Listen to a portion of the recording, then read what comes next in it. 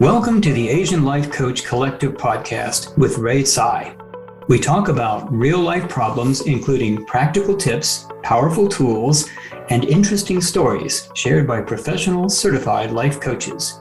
We want to help you break through your limiting beliefs, get unstuck, be more empowered, enjoy being your authentic self, and live your dream life. Hi, I'm Ray Tsai. I'm a certified life coach. I was born in Taipei, Taiwan, and have now lived in the United States for over 30 years. In addition to my life coaching business, I also mentor certified coaches for the Life Coach School. This is episode 1. Let's get started. After coaching hundreds of people about their troubles, I noticed many clients have relationship issues, especially with their adult children. Asian parents tend to have high expectations of their children. We believe they should listen to their parents, and we often ask our kids to work hard and excel in life, while also putting play and relaxation to the side. Worrying about our children's achievements and work ethic is deeply rooted in Asian culture. This worry comes from a place of fear and can cause us to harshly judge our children all the time. We often focus on the negatives and are never satisfied with what they do. Unfortunately, this can deeply damage our relationships with our kids. If you find that your current beliefs might be holding you back from a better relationship with your children, I invite you to listen to today's interview. Understanding how to build healthy relationship with your adult children begins with listening to and understanding their perspectives. To help explore this topic, I invited a special guest, Anna Coxon, my daughter, to share her experiences with our relationship as it has changed over time. Hi, Anna. I'm so excited that you are here. Hi, Mom. Thanks for having me. I'm really excited to see what we'll be discussing today. Yes. I love that we get to share our mother-daughter relationship with others. Even though I was a national board certified and successful educator, I used to get very frustrated, upset, and confused when I raised you and Ian because my beliefs were different from yours. Therefore, I had a lot of judgment. Working with you too opened my eyes to what I was lacking as a parent. My experience with you and Ian helped me to search for a solution. That's one of the reasons I got into life coaching, which helped me to be a better person and a better mom. Okay, enough talking about my parenting experience. Here are some questions for you. My first question is, how do you think my parenting impacted you? Well, that's kind of an intimidating question for you to ask. I think that because, as the audience might not know, that I grew up with divorced parents and I lived with you, so you were my primary caretaker. And that meant that ultimately you were the person who influenced me the most, taught me the most. Your lessons kind of shaped my life a little bit stronger than the other people in my life. And I think that this had a lot of positive and maybe even some negative impacts. On one hand, I know that you have a lot of strong beliefs about what it means to be a good person. You know, someone who is hardworking, high achieving, loves to help others. And you definitely taught me the importance of respect and trying to better myself. And I think that that was really important for my growth.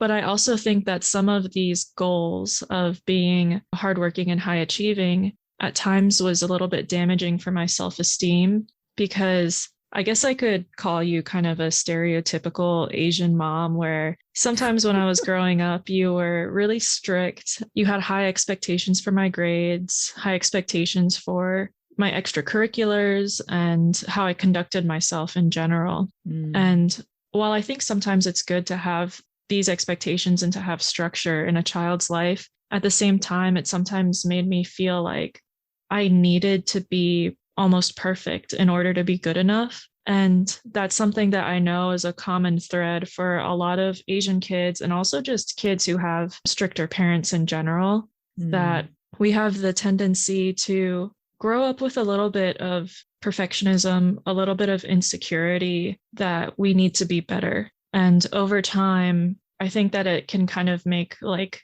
adults who have lower self-esteem in the future.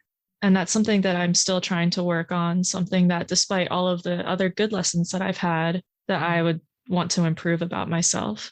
I see. Yeah, that's a good point, because even now, right, I'm still working on trying not to be perfect. B- work is okay, but it's I wish it was okay when I was a kid. Well, sorry, I didn't know life coaching then. But I think it's a very good point. I think a lot of Asian parents, we believe that, oh, you got to work hard, right? Work harder. And you want to be the best you can, always work your hardest. And we always think it got to be A plus, right? Otherwise, it might not be good enough. And I think that's from fear that it's not good enough. But what is good enough? That's a very good question. But I guess I agree. Explore. Yeah. I think that sometimes we have this thought in our head, like, I need to be good enough, but we don't actually define what that means. We just have this expectation that we should always be more somehow. But that kind of sets us up to be unhappy. Like, true. I feel that I always want to be a little bit better. I always want to improve my skills, be kinder, be more patient. But I also want to feel like I'm good enough right now. You know what I mean? Yes. Oh, totally. So yeah, I think we need to just learn how to balance wanting to achieve with also wanting to be happy with yourself. Yes, I totally agree. And actually, I think before I didn't know about life coaching, I was focused on weaknesses, like focus on negatives instead of focus on progress or small wins, even, and I seldom celebrate. And now I realize, oh, I could celebrate all the progress I made and all the achievement that I accomplished. And by recognize, oh, I'm imperfect and it's okay. It's okay to embrace my imperfection. And I think that's really a new concept for me, and I'm still learning.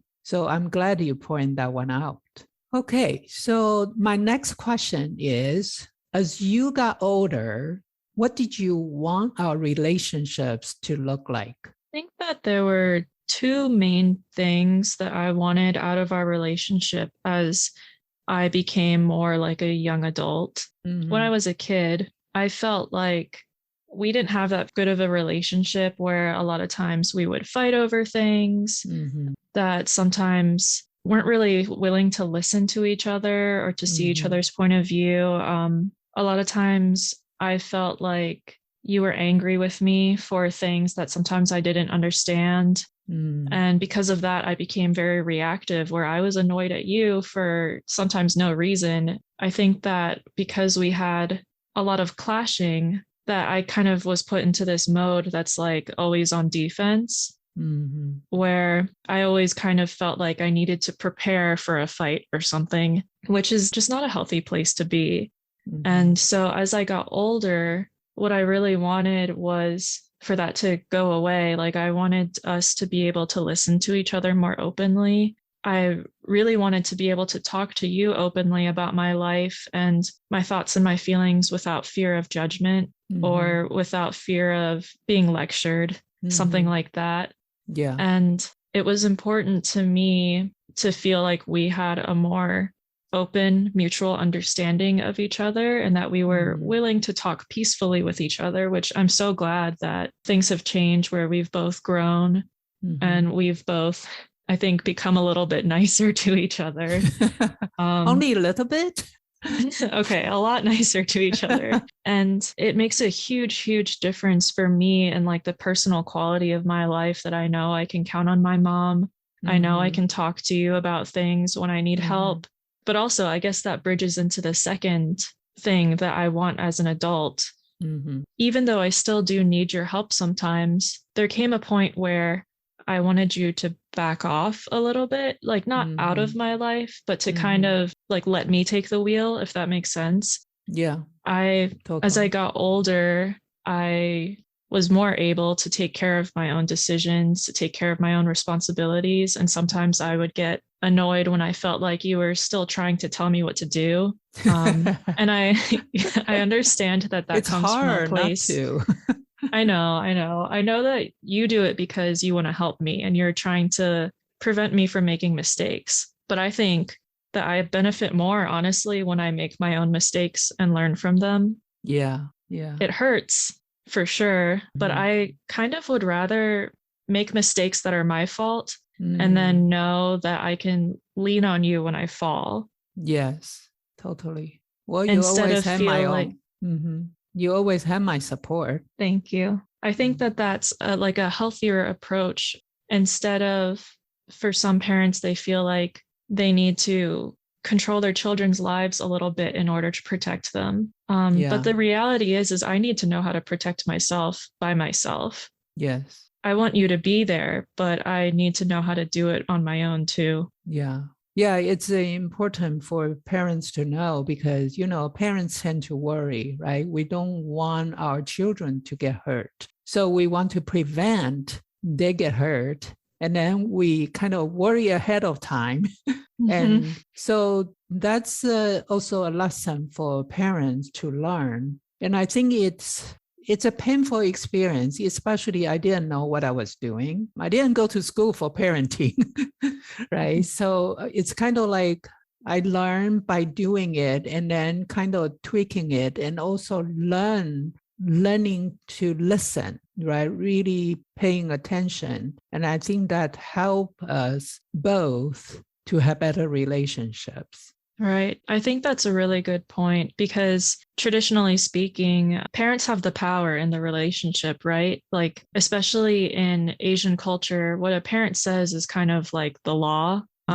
You're supposed to respect and listen to what they want from you. And I agree. Of course, you should respect your parent, but at the same time, there's kind of a line where I need to be able to do what I need. And it might be different from what the parent expects. And for that reason, there needs to be mutual listening to what the other person wants. Yeah.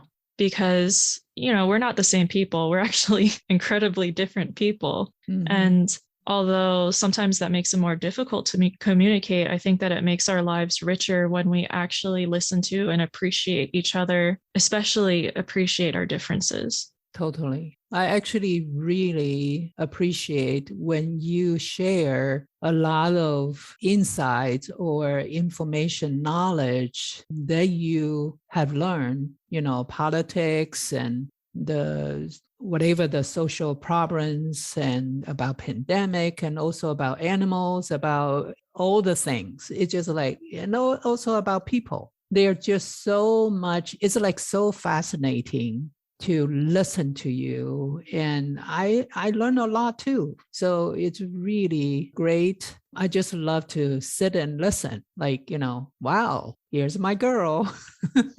I mean, I'm really glad you feel that way. And it's fulfilling for me to know that you want to listen. I think that sometimes people underestimate how important that is in a relationship, just listening. Yeah. We all need to feel heard. And I think that sometimes parents are used to being the ones who kind of give the commands or who teach the lessons. They're more used to being listened to.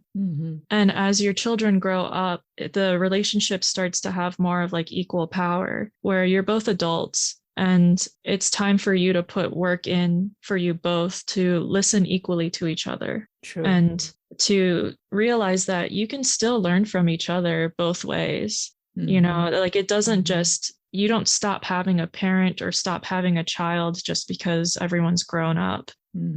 We still have lots to learn from each other and we need to be open to that. True. And I think it's also appreciation. Like I'm grateful that I have you and Ian because it really enriches my life. And I feel I learned so much. Sometimes I told Uncle Leo, I said, you're my teachers, help me to be a better person, more understanding. And actually I learned like, oh, I can, if I'm better, like, I'm happier, actually our relationship is happier. So now I feel, because life coaching, I learned so much different tools, and I realize it's all come from my mind, right? My thoughts about me and make me unhappy. Then I judge myself. I also tend to judge others. But when I'm happy, I actually judge less of myself or others. So it's really good to just create that awareness, helps with the relationship. Yeah, I agree. That's a really good point. Mm-hmm. Okay, so my third question is, what are the things that you don't recommend for other parents that might damage their relationships with their children? I think that one of the most important things that parents need to be more aware of as their children become adults is that even though they're still your kids, they're also adults now, and they probably have really rich inner lives and so many aspects of their life that no longer include you. And even though that can be painful at times, I think that adult parents might need to learn to step back a little bit. Not to leave, of course, but just to maybe realize that you don't need to tell them how to do things anymore. They probably know how to do it themselves, and maybe to wait instead and see if they ask you instead of offer advice. Like, I know it's kind of a joke that nobody likes unsolicited advice. Yeah. And it kind of becomes that way with your kids because they're a whole person now. They have, jobs, they might be married, they might have kids, they might be parents themselves. And I think that it's a common mistake to still want to exert some type of control over their lives because you still have a lot of expectations for them. But unfortunately, I think that just that grows resentment in the relationship, where the children feel like, well, I'm not a kid anymore. You shouldn't tell me what to do. And it can create damage. I think the reason a lot of parents love to offer advice because they believe that they know more. They have more experience, right? They have more whatever. So they might not consider their children, even adult children, they might know more or they might know better because it's their lives, right? But I think sometimes I also learned that instead of giving advice, it's better asking questions. Because when I ask questions, I come from a place of curiosity. When I give advice, that means, oh, I know more, right? You might not know this, so I need to give you advice. And I think that's might give your children have certain feelings that might not be pleasant. So it's good to be careful, like when to say what, how to say it. I think that's just like part of communications. Yeah, I agree. I remember I brought this up with you like a couple of weeks ago. And I think that another common issue is that parents and children have the tendency to have preconceptions of each other, certain things that the other person does that annoys us. And then we assume that they're going to do it again or that they're going to judge us for something, even though we don't necessarily have proof yet that it could happen. And annoyed with you recently because, I usually wake up really late nowadays. And you're pretty used to me almost never waking up on time in high school. And so I remember I woke up really early while we were on vacation. And you told me like, wow, I'm so surprised that you actually woke up for this. And I got annoyed because I was like, well, I'm an adult. I can wake up when I want to. I just usually don't want to. And I felt like, do you remember that I had a job for 2.5 years that I had to show up at 6 every morning? I think that some of these old impressions that we have of each other tend to make it makes me feel like when you say something like that, It makes me feel like you don't see me as someone who's grown. And that kind of puts a sour taste in my mouth where it's really, I know it wasn't your intention. Like, I know you were just making a joke, but I'm also assuming because I'm used to being judged.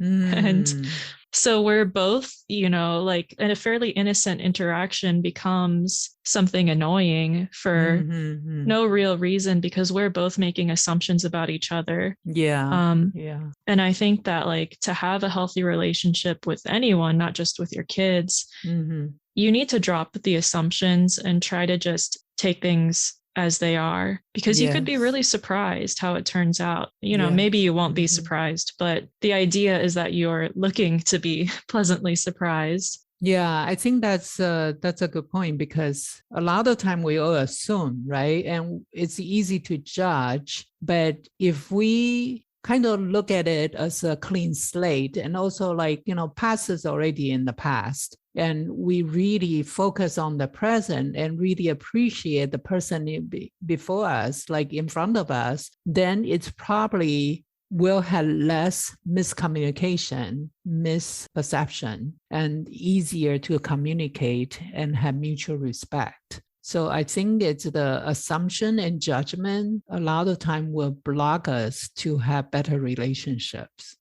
Definitely. Okay, my last question is, what tips or suggestions do you have for parents so they can have good relationships with their children? So this is a really broad question, and honestly, there could be a million answers, but I'm going to try to narrow it into 3 general tips. And the first tip is one that we've already talked about, which is just to listen. Do your best to listen openly. And, there's like a saying that when you're speaking, you're not learning. And you really need to learn more about your child. Like, they're not the same person that they were when they were 5 or 10. They've grown and they've been through a lot of their own personal experiences, and their lives have changed deeply. And I think that you can start any time, of course, but especially once they're adults, it's high time to start listening and thinking, I want to know who this person is. And with curiosity, instead of thinking, who do I want them to be, think more about who are they now and who can I love right now, as they are. I love that. Yes. And then the second tip I have is to try to create a relationship that focuses on mutual respect and equality. I think that the relationship between a parent and a child, especially when the child is young,